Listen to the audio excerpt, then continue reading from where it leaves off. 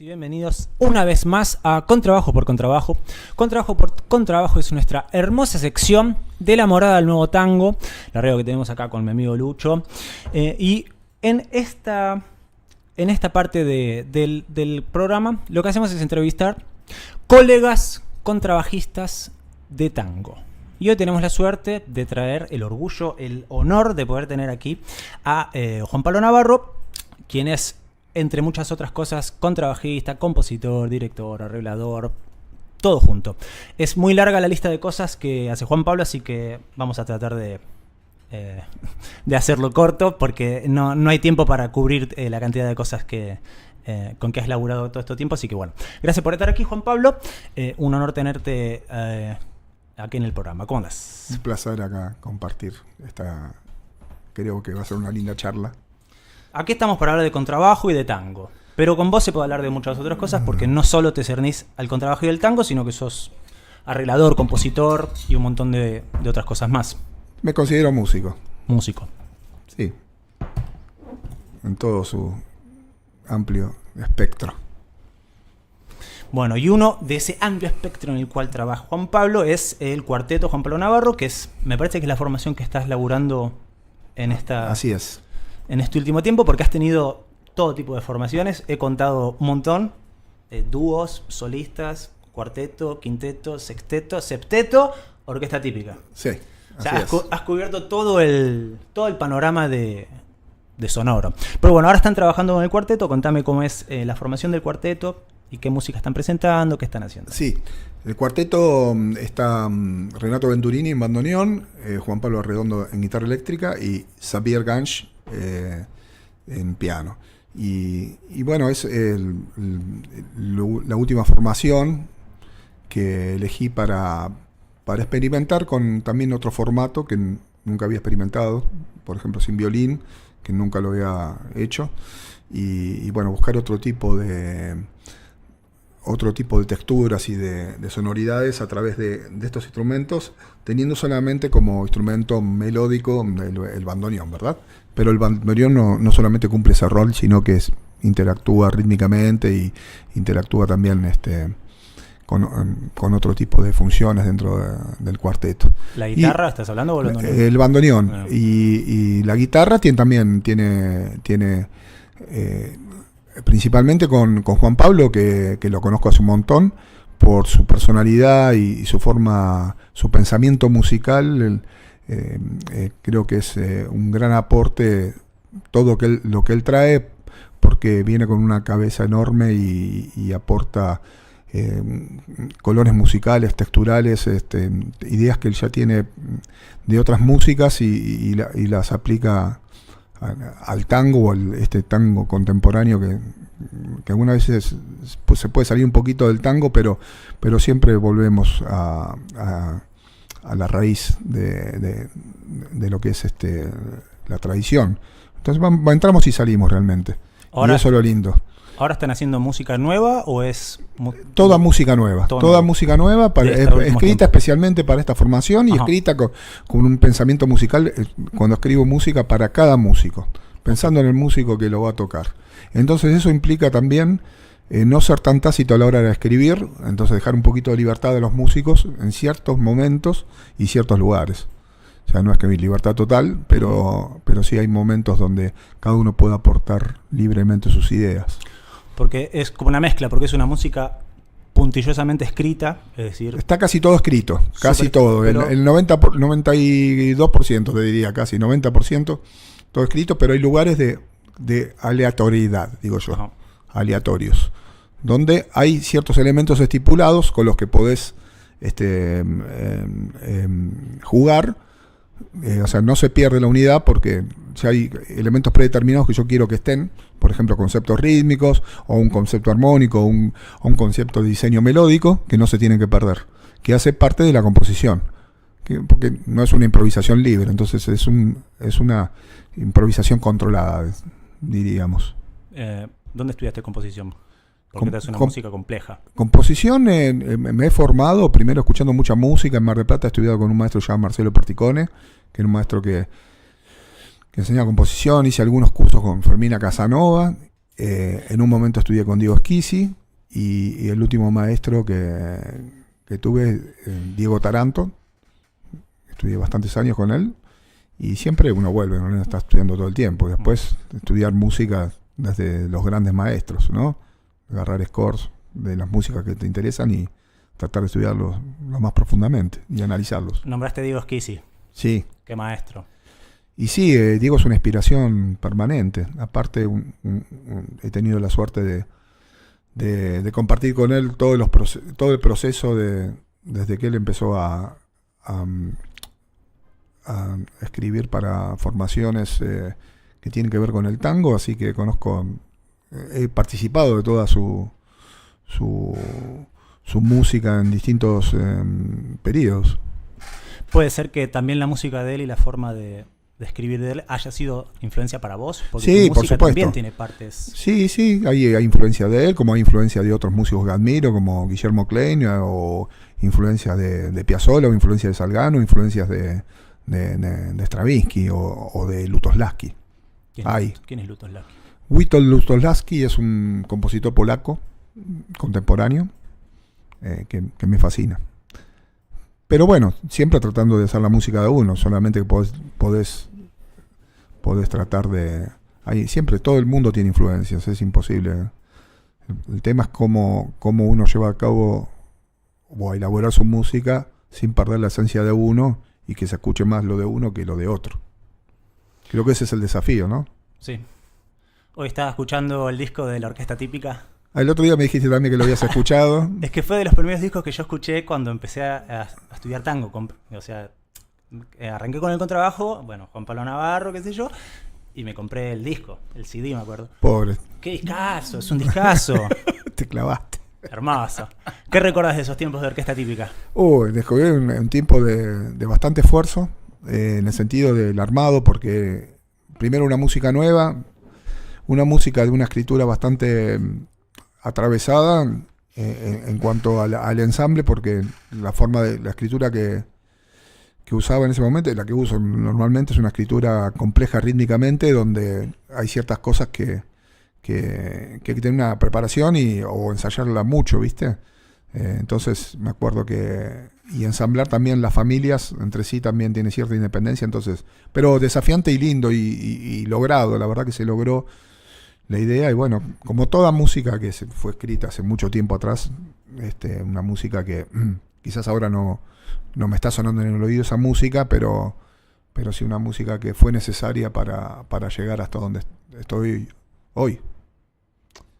Pero sí, tengo un resultado hermoso de lo que se logró. La verdad que siempre contento, aparte con la energía de la gente que tocaba, grandes músicos tocaban ahí. Vi unos Renato Venturini, niños, bebés, Nicolás Enrich, bebés. Sí, con Segret tocaba, todos jovencitos. Claro, el que tocaba era Lautaro Greco, y Segret eran los titulares, y después venía Enrich o venía Segret también a tocar. Y después en violín estaba Rubino, el primer violín. Cristín Breves tocaba, Arankin, que era una chica coreana que estuvo acá en Buenos Aires, que es un gran violinista, tocó en el Colón y se plegó a la orquesta. Clara Nardosa era una de las violistas en su momento. El cello estaba Paula Pomeraniec. Sí. Y después los integrantes de la base rítmica, Emiliano Greco, Sebastián Toxola, que estaba con el clarinete bajo. El que grabó el clarinete bajo y clarinete fue Mariano Rey, que además de ser un gran amigo personal, yo creo que Mariano es uno de los mejores músicos de Latinoamérica. Es un vientista excepcional. ¿Él grabó el primer disco? Él grabó el primer disco con el clarinete bajo y tranquilamente puede ser solista de cualquier orquesta del mundo. ¿Grabaron 2 discos con la orquesta? No, con la orquesta hay uno solo y después vino el de sexteto. Ok. Y hoy recién pensaba, ¿cómo te acordás cuál fue la propuesta que le hiciste a los colegas de, mira, vamos a hacer una orquesta típica con un clarón y va a ser toda una música nueva, súper compleja? Es que no dije eso, porque si no iba a querer venir nadie, no venía nadie. ¿Vos decís por los tangueros, el prejuicio tanguero de tocar con instrumentos que no son del tango, o por lo del clarón o por lo de la sonoridad? No, simplemente por armar una orquesta típica. Sí. Armar una orquesta típica. Sí, armar una orquesta típica ya de por sí insume, digamos, una energía y un... Tenía por suerte colegas como estos grandes músicos que te nombré que querían experimentar parte de la música que estaba haciendo y se plegaron, y con ganas siempre de hacer música, y que se plegaron al desafío. Me faltó en la guitarra Esteban Falabella, que fue un gran aporte, Esteban, así que no quiero dejar de nombrarlo. Y aparte buscando nada, cada uno también su personalidad, tratando dentro de lo que se podía poner la personalidad de la música. Así un gran desafío armar una orquesta típica y tener continuidad. Tuvimos 3 o 4 años de orquesta típica, o sea, fue bastante. Sí. 3 años. Y tocamos bastante, a pesar de la dificultad. El problema era cuando había que mandar un cambio, porque aprender todo ese repertorio no era un repertorio común, tocar eso. Entonces, pero bueno, siempre había gente con ganas y predispuesta que tenía ganas de hacerlo. El mate está un poco... Esa yerba brasilera está dificilísima. Siempre te gustó la música compleja, porque insisto en lo de la complejidad, porque es una música que requiere una escucha atenta. Sí, o una escucha o varias escuchas en realidad. Son varias escuchas. No es una música de un solo tiro nada más. Por eso, siempre fue la búsqueda, la densidad de todo tipo. Experimentar con texturas que yo creía que podía experimentar y que quizás no eran propias del tango en sí mismo, pero sí, los elementos, digamos, rítmicos eran del tango, pero las texturas, experimentar un poco con las texturas, a nivel, ¿qué pasa si en vez de pensar que hay una fila de bandoneones, hay una fila de cuerdas, se entremezclan y se pueden cruzar y tener funciones similares en cuanto al mestizaje o a la mistura de las sonoridades. Entonces, que están en otras músicas, pero no están en el tango eso. O hasta el momento había muy poco de eso, de lo que yo tenía en el oído, ¿verdad? No es que no estuviera, de lo que yo había oído. Quiero aclarar esto. Sí. Entonces, me parecía que a mí me divertía experimentar con eso. Entonces salió esa música. Y el septeto tiene batería con clarón. Claro, digamos el sexteto primero nació de una compresión de la orquesta típica. Ahí va. Dijiste, como un resumen. Esto es muy difícil. No, más que difícil, era difícil ensayar entonces entonces si nos ajustamos un poco más, digamos, puedo tocar más, puedo llegar a trabajar otro tipo de cosas, inclusive seguir ir para adelante con ciertas ideas mías rítmicas, y que es más fácil hacer con un ensamble más chico. Sí. Y medio que es buscando esto de tener un resumen de la sonoridad de la orquesta típica, porque estaban todos los instrumentos de la orquesta típica, es como un quinteto de tango, sí, con clarón y guitarra eléctrica. ¿Y batería? En el sexteto no, primero fue el sexteto, después en el primer disco se invita a Sergio Berdinelli en 2 temas, y a partir de ahí digo, bueno, la verdad que las ideas que estoy desarrollando necesitan batería, y armamos al septeto. Entonces fue así medio la evolución. Tremendo como toca el baterista ese. Sergio es un musicazo.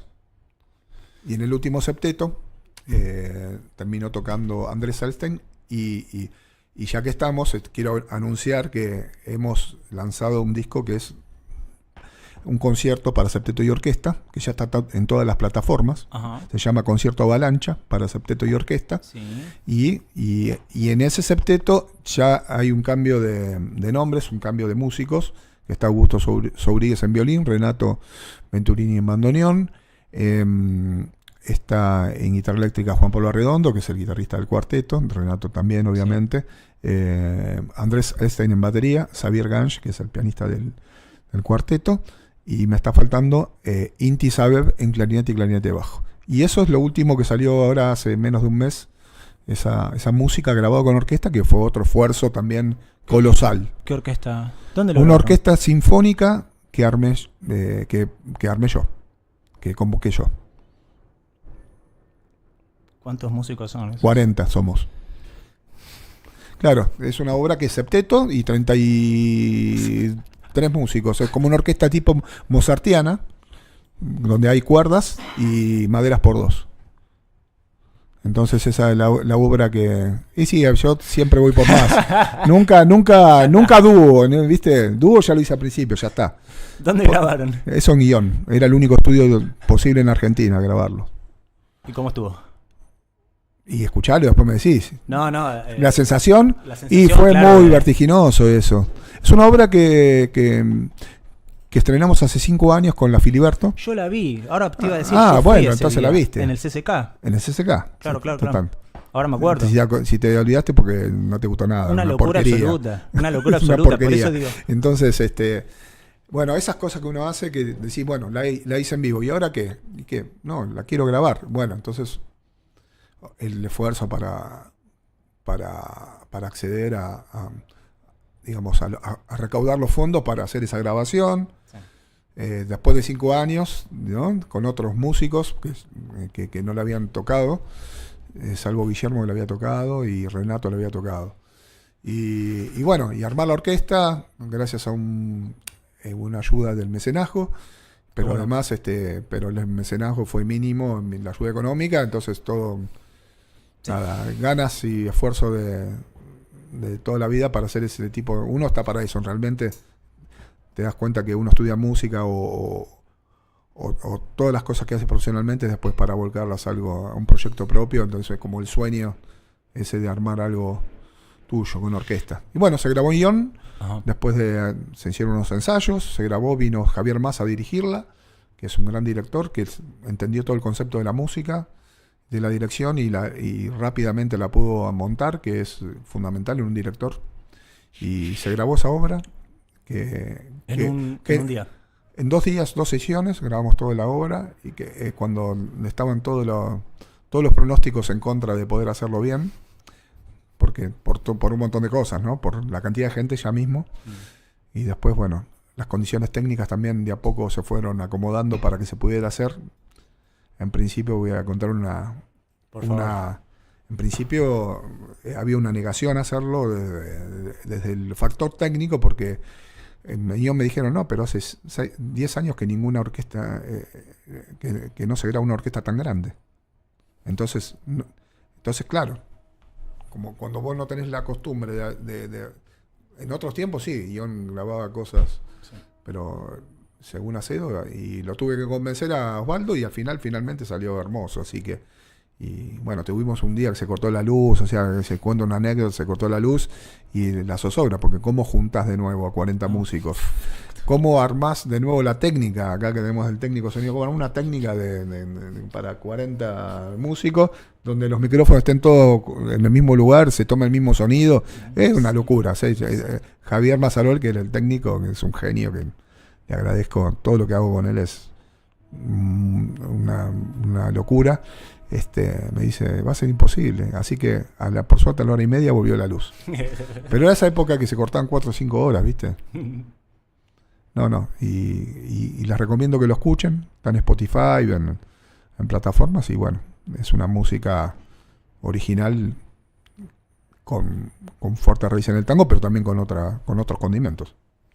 Lucho, ¿podemos ver alguno de los videitos o es mucho quilombo ahora? Si no, lo vemos después. No, se puede.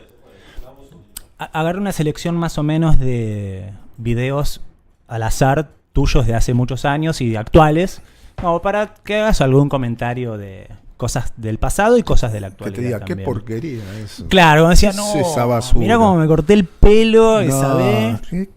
Porque hay mucho material. Buscando cosas, hay mucho material de muchos tiempos y de la actualidad y es buenísimo. No sé, como en los programas de la Chimento. actualidad. Claro, de la actualidad. Hacemos esas caras de coso, de asombro, esas y ponemos. ¿cómo es cómo es que le llaman? Reacciones. Caras de reacciones. Sí. Por eso te digo, el que quieras, pone alguno y vemos qué es y comentario de Juan Pablo Navarro. Cualquier cosa acá. Qué miedo que me da. Es que hay tanto que...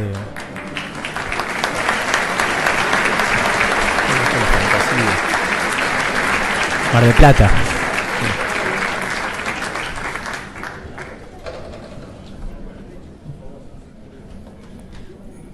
Locura.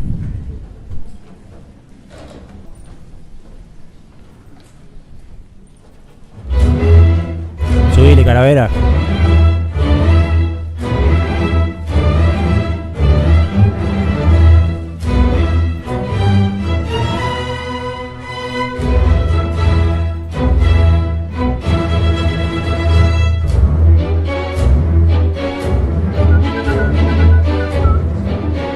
Qué temazo.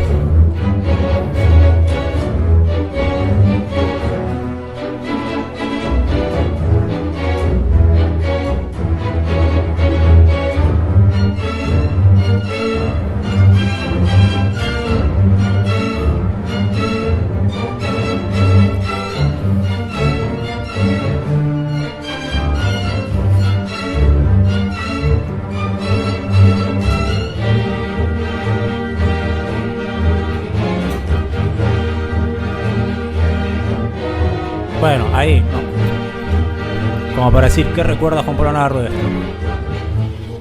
Sí, esta es la fantasía contra Piazzolísimo, que es una fantasía que se me ocurrió hacer con los temas de Piazzolla, los 3 temas de Piazzolla, Contrabajísimo, Contrabajeando y Quicho, y es una suite intervenida por pensamientos musicales míos también, pero bueno, toda la música de Piazzolla.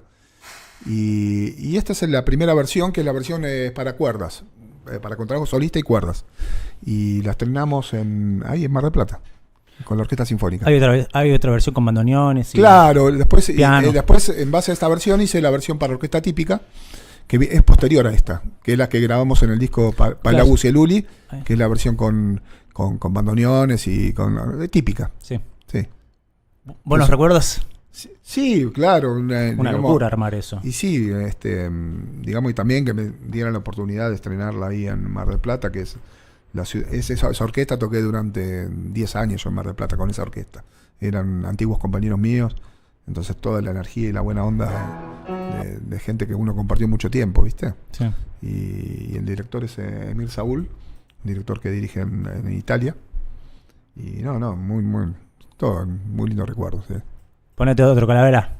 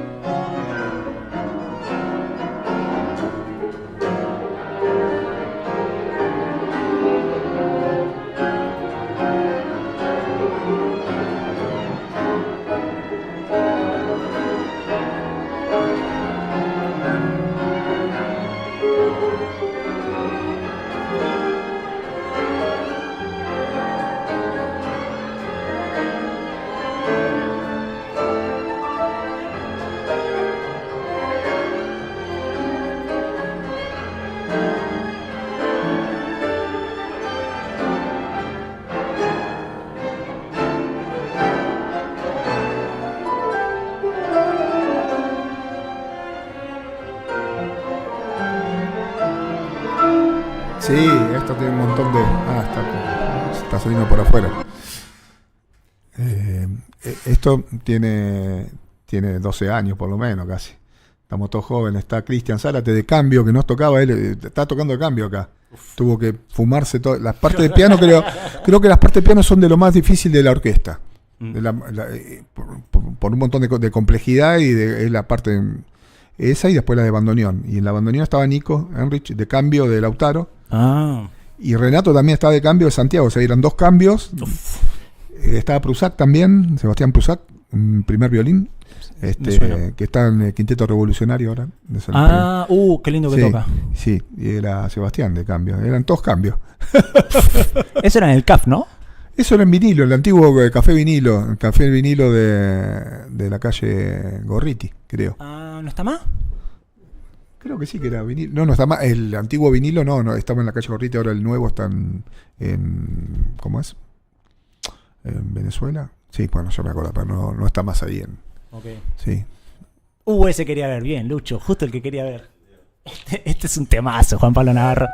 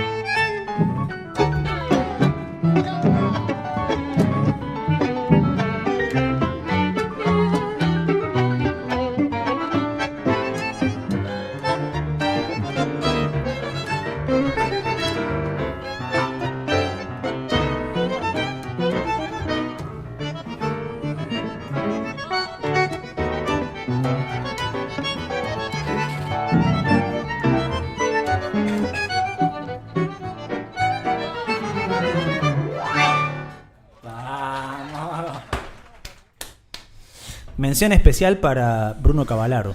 Bruno, me había olvidado de nombrarlo, Bruno, el primer violinista del sexteto, un gran violinista. Ahora está viviendo en Mendoza, Bruno, y lo esperamos. En algún momento vuelve a Buenos Aires, pues lo extrañamos.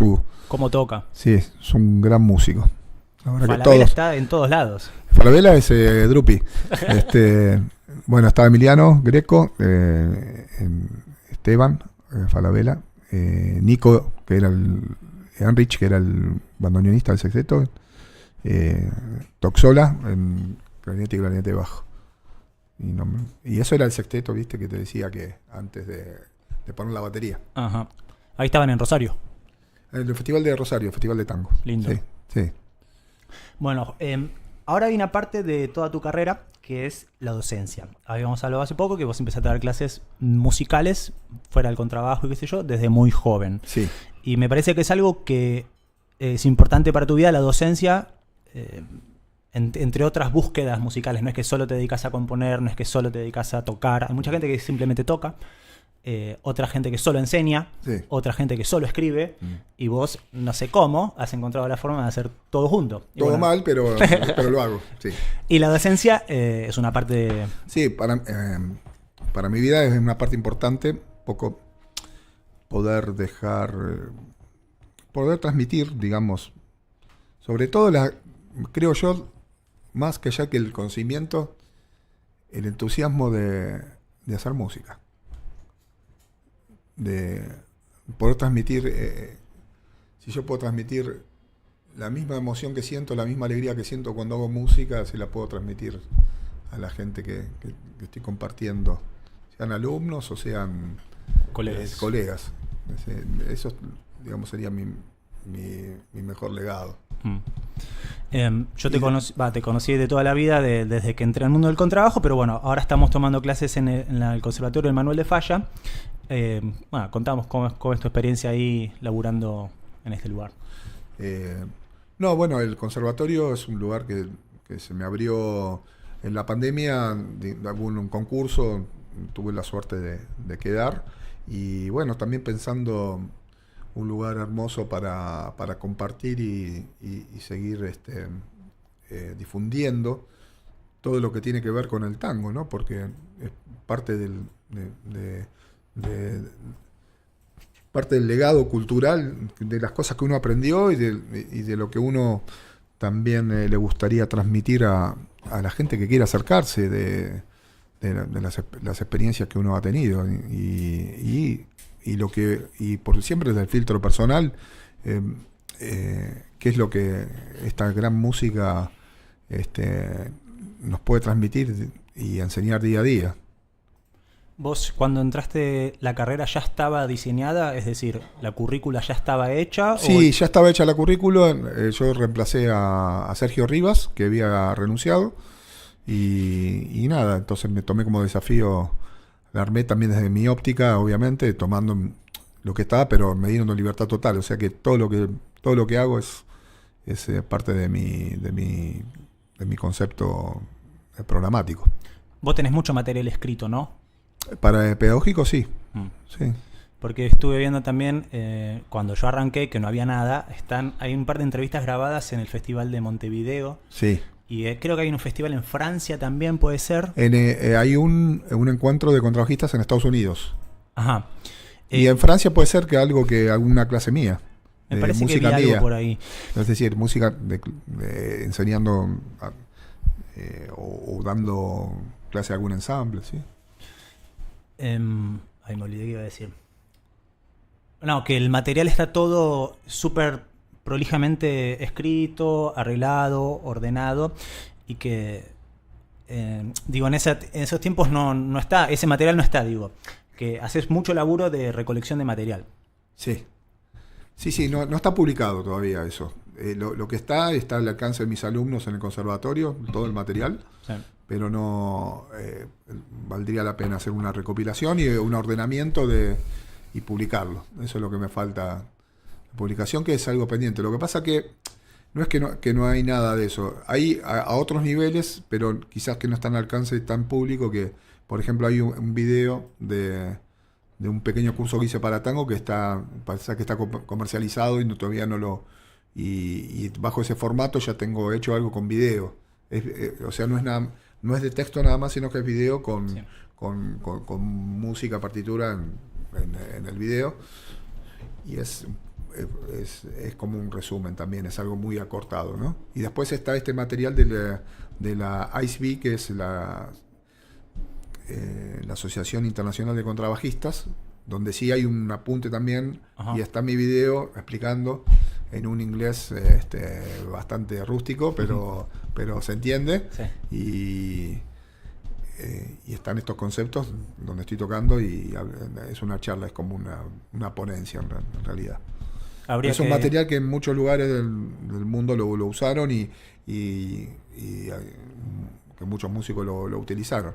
Lo que pasa es que creo que ese material estuvo subido a la página de la asociación, pero después ahora no lo encontrás. ¿Algún momento habíamos fantaseado con Lucho armar el festival de contrabajo tango? Armar un festival de contrabajistas, tampoco un festival, no importa, una juntada. Un encuentro de contrabajistas de tango.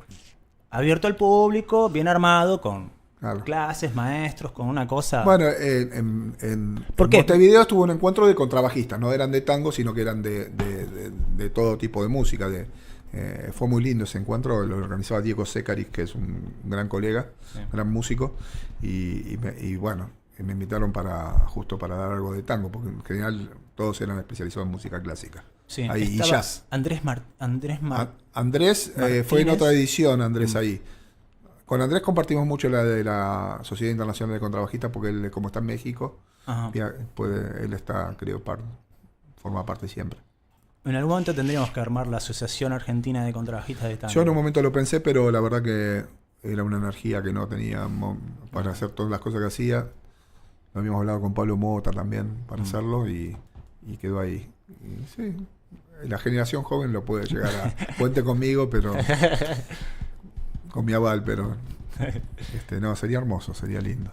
En algún momento, porque si no estás en buenos... No quiero decir generalidades, pero... Estamos todos en Buenos Aires y como una cosa para expandir más el conocimiento. Difundir. Que es algo que no está y que mucha gente está interesada en tocar. Claro que tango en el contrabajo. Sí, claro. Es un instrumento fundamental. Algunas veces no lo conocen y cuando ven a alguien tocando tango le llama la atención y qué interesante, porque claro, hay muchos más videos de gente tocando jazz, entonces que es una música hermosa, pero también música, si hubiera tango tendríamos también posibilidad de que tuviera la opción por lo menos o hacer las dos cosas, ¿por qué no? Sí. Y folclore. Sí. Bueno, eje central en esta situación en algún momento me parece que fue Marconi, Néstor Marconi. Sí. Hablo de la cantidad de cosas que no podemos cubrir. Una es el dúo que laburás con Marconi. Sí. Bueno, ¿cómo fue que lo conociste?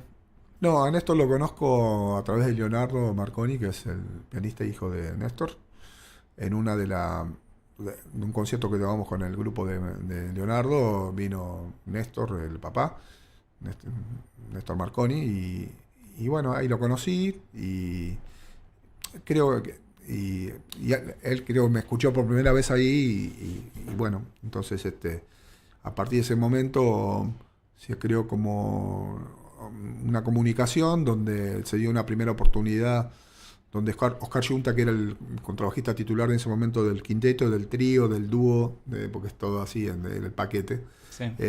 No podía tocar, entonces me llamaron de cambio y a partir de ahí empecé a tocar música de él y ir asiduamente al quinteto hasta que Oscar decidió no tocar más con Néstor y bueno, tuve la gran oportunidad de poder suplantarlo.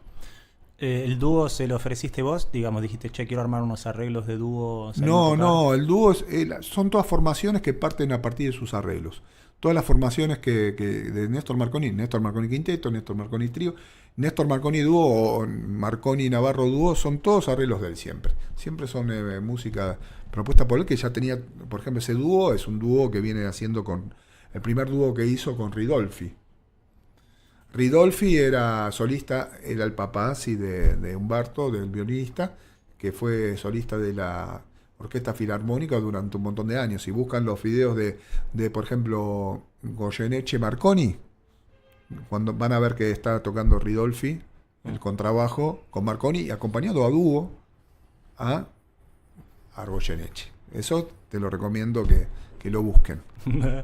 Es hermoso. Ok. Buena onda. ¿Hubo buen entendimiento con Marconi? El entendimiento siempre lo mejor, y aparte que tocar con él, yo digo siempre que es como, se me hace que, yo nunca toqué con Marta Gerich, pero he visto músicos de esa talla y es como tener que devolver una pared a Messi. Vuelvo a ver la misma comparación, que es lo que tenés que poner a jugar al nivel de Messi, o al menos tratar de estar a esa altura, de poder pensar la música como alguien tan, digamos, tan muy arriba, claro, muy arriba en la máxima exigencia de música y de musicalidad. Entonces aprendí un montón y también eso me hizo, digamos, mejorar, estudiando obviamente, como también con Diego Schisi, porque lo tengo que nombrar, con Diego también un proceso de hacer una música nueva, de ser partícipe de un proyecto donde vos estás aportando algo a la personalidad de la música de otro, pero lo estás haciendo también de un lugar genuino y desde un lugar también original, porque no va a ser el mismo toque que otro, digamos, mi pensamiento musical no iba a ser el mismo que otro contrabajista, o sea, ni mejor ni peor, quiere decir que solamente una forma de decirlo bastante particular que le dio encima no solamente mi toque, sino la personalidad de todos los integrantes del grupo Diego, personalidad de la música. Y como ha pasado también en el caso de músicas nuevas que hice con mi grupo, cada vez uno de los músicos que yo nombré hoy le dieron una personalidad a esa música que si hubiera otros músicos hubiera sido distinto. Sí. Entonces creo que ahí está también la genialidad, ¿viste? Genialidad en el sentido de la cabeza de Diego. Tanto como Marconi, que cada uno lo suyo aportaron cosas distintas al tango, cada uno de su perspectiva. Con Marconi también comparten la orquesta de tango de la ciudad. Sí, con Marconi en realidad yo comparto todos los proyectos de Marconi que tiene Marconi. Cuando hay un contrabajo, comparto todos los proyectos de él, el dúo, el trío, sí, el quinteto, cuarteto. Ahora tenemos un trío con Gintoli, que hace 10, 12 años que tenemos, que es Gintoli, Marconi y Navarro, que es un trío, vamos a tocar en Neuquén el 8 de agosto. Y también es o sea, toda la formación que tenga con trabajo, tengo la suerte de tocar con esto. Y en la orquesta lo tengo como director, la orquesta del tango, tocando sus arreglos, su música, que es, la verdad que siempre digo que es al máximo nivel posible de lo que es el arreglo del tango, el pensamiento musical dentro de un arreglo de tango y su dirección, digamos, son las dos cosas fundamentales. ¿Vemos un videito más, Calavera? Dale, Teo. Ay, por favor, tenés que poner el que digo, el que estoy pensando yo. Ay. A ver. No podés, boludo. Mirá, justo. A ver si te acordás con la barra. Adelantale un par de minutos.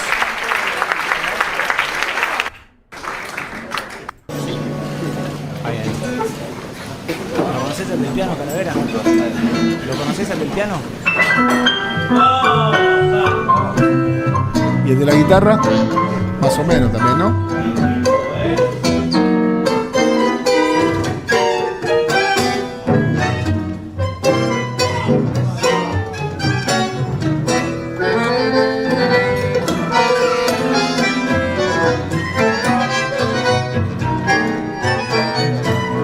Salgán, Delío, Perecini en violín, Carlos Corrales en bandoneón.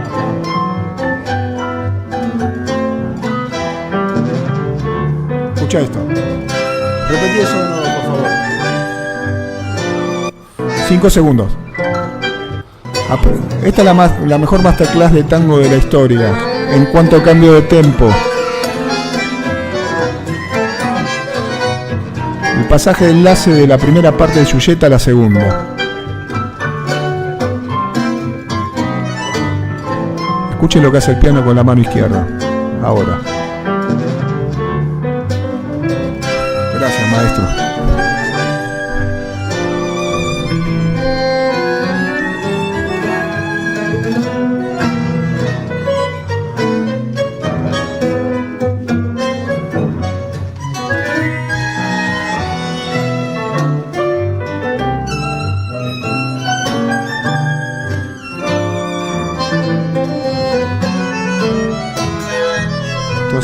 Que hace de lío en el medio, todos esos rellenos, es impresionante esa filigrana.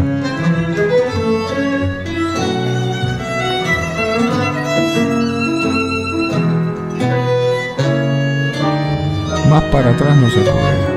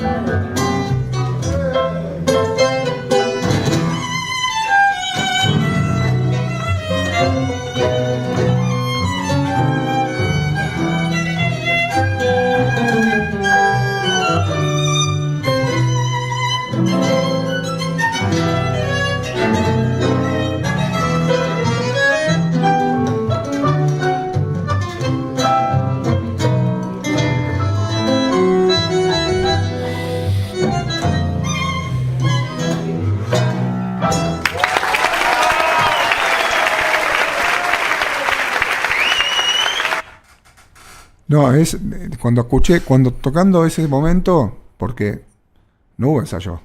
Era encontrarse ahí, ya sabía el tema, obviamente, la versión con César, que es muy parecida, pero obviamente, en el tiempo biológico de Salgán y de Lío, es un poquito más lento que lo hacen. Y es más difícil más lento, aunque parezca mentira. Y tocar con esa relajación, hacer esas pausas, con ese aire que lo hacen ellos, con esa y estar atento ahí a poner el radar, el GPS con toda, digamos, con toda mi atención y tratando de que esa música no se me olvide más, ¿viste? Ese momento, porque a eso cuando te paré es una de las cosas que más me quedaron grabadas, de ese pasaje que siempre juego con eso, que es lo más difícil. Son pequeñas sutilezas, que los pequeños detalles es lo más difícil del tango.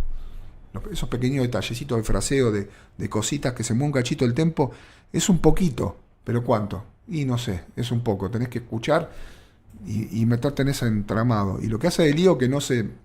Muchas veces la gente, como está en el medio, no se llega a comprender, porque siempre se escucha o lo grave o lo agudo.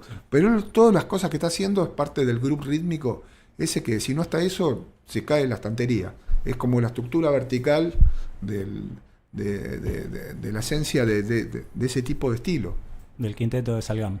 Claro, de la música Salgán, que tiene guitarra. Muy particular. Y este es el quinteto del hijo, que armó el hijo cuando... Claro, en realidad Peresini ya tocaba con Salgán. Sí.